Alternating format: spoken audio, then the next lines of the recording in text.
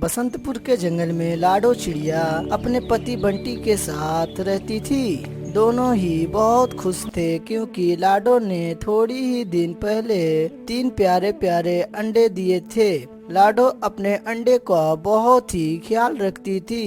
एक दिन की बात है, वह दोनों जंगल में अपने लिए भोजन इकट्ठा करने के लिए गए थे।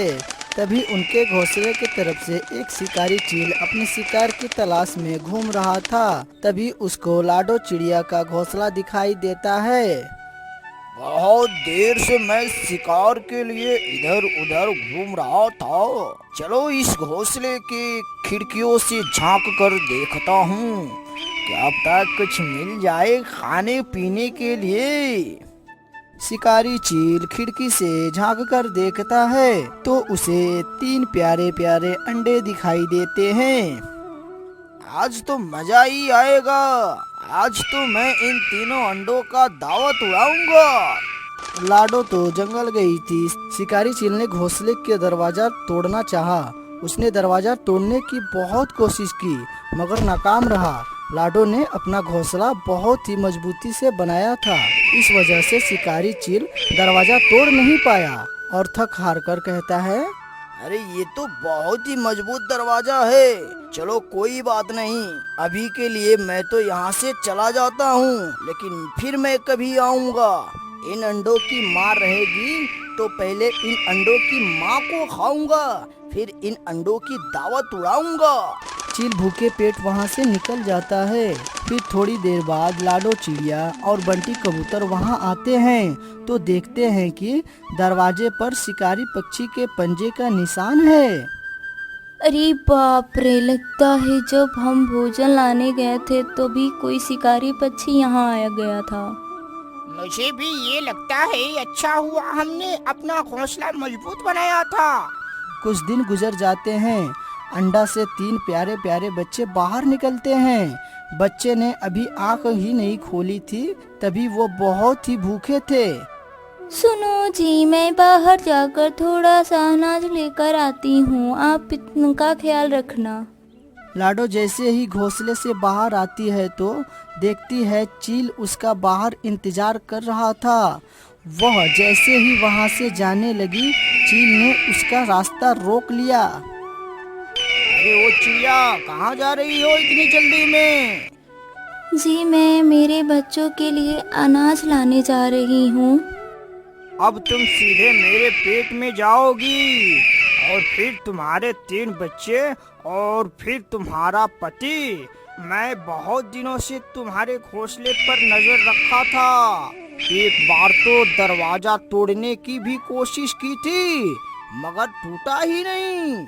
और मैं उस दिन से तुम्हारा घर के बाहर आने जाने का इंतजार कर रहा था और वो दिन आज आ ही गया। चील भैया, मुझे और मेरे परिवार को मत खाइए प्लीज। ठीक है, जल्दी से जाओ और मेरे लिए खाना लाओ। लाडो वहां से चली जाती है। इधर कालू कौवा अपने घोंसले में आराम कर रहा था तो उसने देखा लाडो जल्दी जल्दी वहां से गुजर रही थी। उसे लगा वह अनाज लाने जा रही है। थोड़ी देर बाद कालू कौवा ने देखा लाडो चिड़िया अपने मुंह में एक मरा हुआ पक्षी लेकर वापस जा रही है। अरे ये मैं क्या देख रहा हूँ? लाडो, ये मरा हुआ पक्षी लेकर कहाँ जा रही हो? दूसरे दिन कालू को लाडो फिर से जाते हुए दिखाई देती है। इस बार वह मरा हुआ खरगोश लेकर जा रही थी। उसे कुछ समझ नहीं आ रहा था। तभी कालू ने लाडो का रास्ता रोक लिया और कहा, अरे लाडो, रुक जाओ। ये तुम क्या कर रही हो? मैं कल से तुम्हें देख रहा हूँ। तुम मरे हुए जानवर को कहाँ लेकर जा रही हो? लाडो चिड़िया कालू कौवा को सब बात बताती है। अरे बाप रे, ये तो बहुत बड़ी परेशानी है। लेकिन तुम ये सब कब तक करोगी? क्या करूँ कालू भैया, जब तक मेरे बच्चे बड़े नहीं हो जाते तब तक मुझे ये सब करना पड़ेगा। अच्छा ठीक है, मैं चलती हूँ। नहीं तो चील मेरे इंतजार कर रहा होगा। अगर मैं समय पर नहीं गई तो चील मेरे बच्चों को खा जाएगा। लाडो का अब यह रोज का काम हो गया था। चील लाडो के घर आता था। लाडो रोज शिकार लाकर देती थी और वह दावत उड़ाकर वहाँ से चला जाता था। फिर एक दिन लाडो बहुत बीमार पड़ जाती है। उसे तेज बुखार हो गया था। अब मैं क्या करूं, कैसे बाहर जाऊं? अगर मैं शिकार नहीं लाऊंगी तो अनर्थ हो जाएगा। बच्चे बहुत भूखे थे। तभी बंटी कौवा कहता है, लाडो तुम्हें आराम करो, मैं जा रहा हूँ अनाज लाने। उधर शिकारी चील को टाइम से शिकार न मिलने के वजह से बहुत गुस्सा आता है और लाडो के घर आता है। और बंटी कौवा जैसे ही अनाज लाने के लिए घोंसले से बाहर जाता है, शिकारी चील उसे मारकर खा जाता है और वहां से चला जाता है। लाडो चिड़िया को जब यह बात पता चलती है तो बहुत रोती है। हे भगवान, मुझे ये सारा दुख क्यों देते हो? लाडो चिड़िया की तबीयत और बिगड़ जाती है। उधर बच्चे भूख से तड़प रहे थे। फिर लाडो को याद आता है कि वह अपने घोंसले में इमरजेंसी के लिए थोड़ा सा अनाज जमा करके रखी थी। अगले दिन फिर शिकारी चील लाडो का इंतजार कर रहा था। अरे ये चिड़िया आज भी नहीं आई, लगता है भूल गई है। मुझसे तो भूख बर्दाश्त अब नहीं हो रहा है। मैं तो अब इनके बच्चे को नहीं छोड़ूंगा। शिकारी चील लाडो के घर की तरफ निकल जाता है। तभी उसके रास्ते में एक घोंसला दिखाई देता है। वह घोंसले रानू चिड़िया का था। ये हुई ना बात, इस घोंसले में तो दो दो बच्चे हैं। लाडो का घर यहाँ से बहुत दूर है। आज के दिन मैं इन बच्चों को खा लेता हूँ। चील रानू चिड़िया के एक बच्चे को खाने लगता है। तभी वहाँ कालू कौवा आ जाता है और वहाँ से चील को खदेड़ देता है। उन दोनों में हाथापाई हुई थी। चील ने कालू कौवे को एक पंजा भी मारा था, जिसके वजह से वह घायल हो गया था। कालू कौवा की वजह से रानू चिड़िया के एक बच्चे की जान भी बच गई थी। कालू, मैं तुझे देख लूंगा। हाँ फुटले, जा तू यहाँ से। तभी वहाँ रानू चिड़िया आ जाती है। अरे बात रे, ये सब किसने किया? कालू भैया। कालू कौवा सारी बात बताता है। अब मैं उस चील को नहीं छोड़ूंगी। अरे रानू, वो बहुत खतरनाक है। वह तुम्हारे ही नहीं बल्कि जंगल के बहुत सारे पक्षियों को खा चुका है और लाडो के पति को भी खा लिया है। आखिर कब तक ऐसा चलेगा? सुनो, इसका तो कुछ न कुछ करना पड़ेगा। तभी कालू के दिमाग में एक आइडिया आता है। कालू कौवा और रानू चिड़िया लाडो के घर पहुंचते हैं। उधर लाडो की भी तबीयत ठीक हो गई थी। कालू लाडो को सारी बात बताता है। शिकारी चील तुम्हारे घर की तरफ कभी भी आ सकता है और उसके आने से पहले हमें कुछ करना पड़ेगा। मेरे पास एक आइडिया है लाडो। कालू कौवा रानू चिड़िया और लाडो चिड़िया को सारा प्लान बता देता है और कालू कौवा और रानी चिड़िया नागराज के गुफा के पास आ जाते हैं। अरे वाह, आज तो शिकार खुद चलकर आया है मेरे पास। अरे नागराज जी, यहाँ आपको अपने शिकार की पड़ी है या अपने दो बच्चों की? क्या ये तुम क्या बोल रहे हो? जो भी कहना है साफ साफ कहो।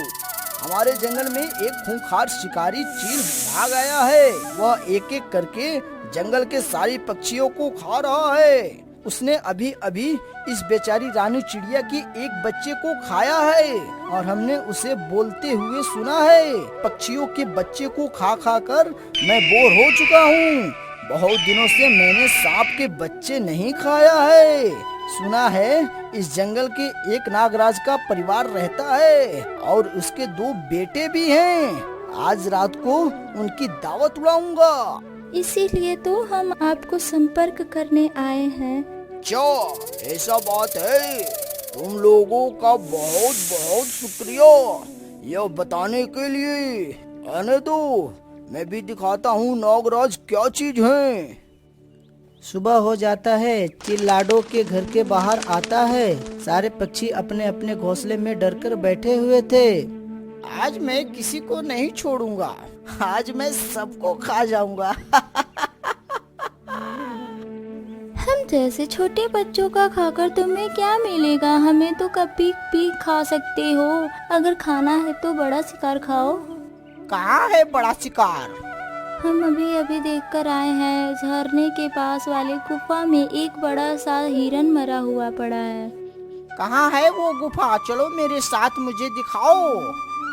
लाडो शिकारी चील को नागराज के गुफा के पास ले आती है और नागराज लाडो को नहीं पहचानते हैं।